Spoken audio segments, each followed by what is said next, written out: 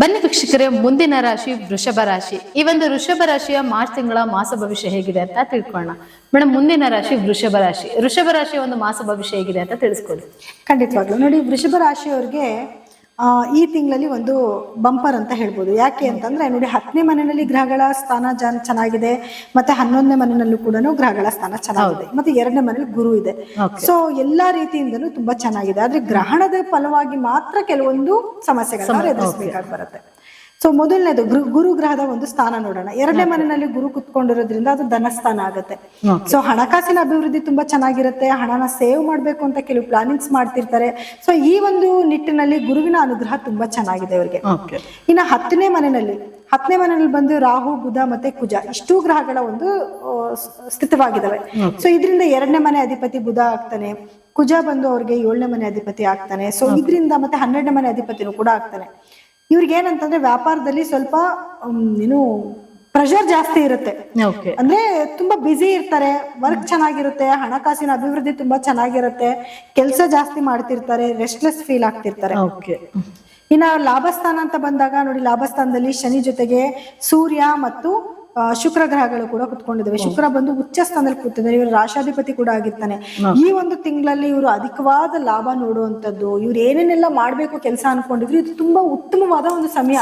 ಅಂದ್ರೆ 26ನೇ ತಾರೀಕು ತನಕನೂ ಶುಕ್ರ ಅದೇ ಜಾಗದಲ್ಲಿ ಇರ್ತಾನೆ. ಸೊ ಅಲ್ಲಿವರೆಗೂ ಕೂಡ ಟೈಮ್ ತುಂಬಾ ಚೆನ್ನಾಗಿದೆ. ಅದ ನಂತರ ಅವನು 12ನೇ ಮನೆಗೆ ಬಂದಾಗ ಸ್ವಲ್ಪ ಸಮಸ್ಯೆಗಳಂದ್ರೆ ಖರ್ಚನ್ನ ಎದುರಿಸ್ಬೇಕಾಗಿ ಬರುತ್ತೆ.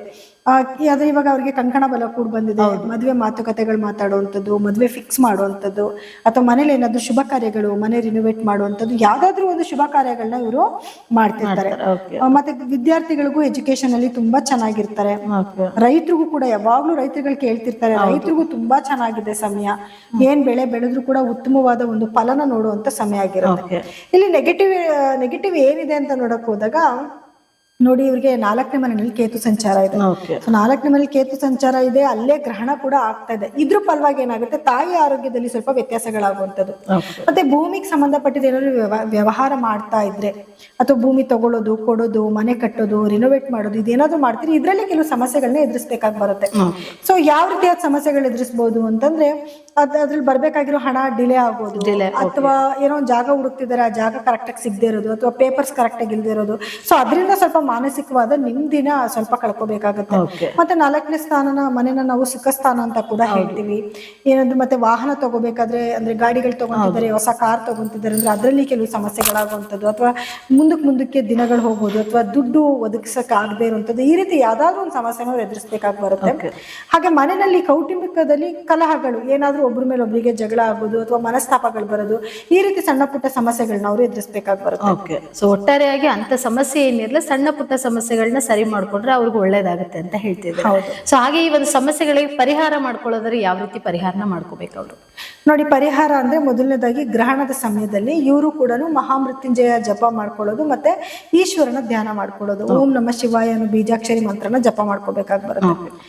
ಇದ್ರ ಜೊತೆಗೆ ಏನಂತಂದ್ರೆ, ಇದು ಗ್ರಹಣದ ಸಮಯದಲ್ಲಿ ಮಾಡ್ಕೊಳ್ಳೋದು. ಕೆಲವು ದಾನದ ವಸ್ತುಗಳು, ಯಾವುದು ಬಿಳಿಯ ವಸ್ತುಗಳು, ಅಕ್ಕಿ, ಹಾಲು, ಮೊಸರು, ಈ ರೀತಿಯಾದ ಬಿಳಿಯ ಅಂದ್ರೆ ಸಕ್ಕರೆ, ಇದೆಲ್ಲಾನು ಕೂಡ ತಗೊಂಡ್ ಬಂದು ಎಷ್ಟು ಅವ್ರ ಕೈ ಕೊಡೋಕ್ಕಾಗುತ್ತೆ, ಒಂದು ಅರ್ಧ ಕೆಜಿನೋ 1 ಕೆಜಿನೋ ಪ್ಯಾಕೆಟ್ ಮಾಡ್ಕೊಂಡು ತಗೊಂಡ್ಬಂದು ಇಟ್ಕೊಂಡು ಜಪ ಮಾಡ್ಕೊಂಡು ಮುಗಿಸಾದ್ಮೇಲೆ, ಅಂದ್ರೆ ಏನು ಈ ಗ್ರಹಣದ ಸಮಯ ಮುಗಿದ ನಂತರ ಯಾವ್ದಾದ್ರು ದೇವಸ್ಥಾನಕ್ಕೆ ಕೊಡೋದು, ಅಥವಾ ಸಂಬಂಧಪಟ್ಟರು ನಿರ್ಗತಿಕರಿಗೆ ಯಾರಿಗಾದ್ರೂ ತುಂಬಾ ಅವಶ್ಯಕತೆ ಇದೆ, ಇದನ್ನ ಕೊಟ್ರೆ ಅವ್ರು ಅಡಿಗೆ ಮಾಡ್ಕೊಂಡು ತಿಂತಾರೆ ಅಂತ ಅನ್ನೋಂಥವ್ರಿಗೆ ಕೊಟ್ರು ಕೂಡ ಇವ್ರಿಗೆ ಪರಿಹಾರ ಆಗತ್ತೆ.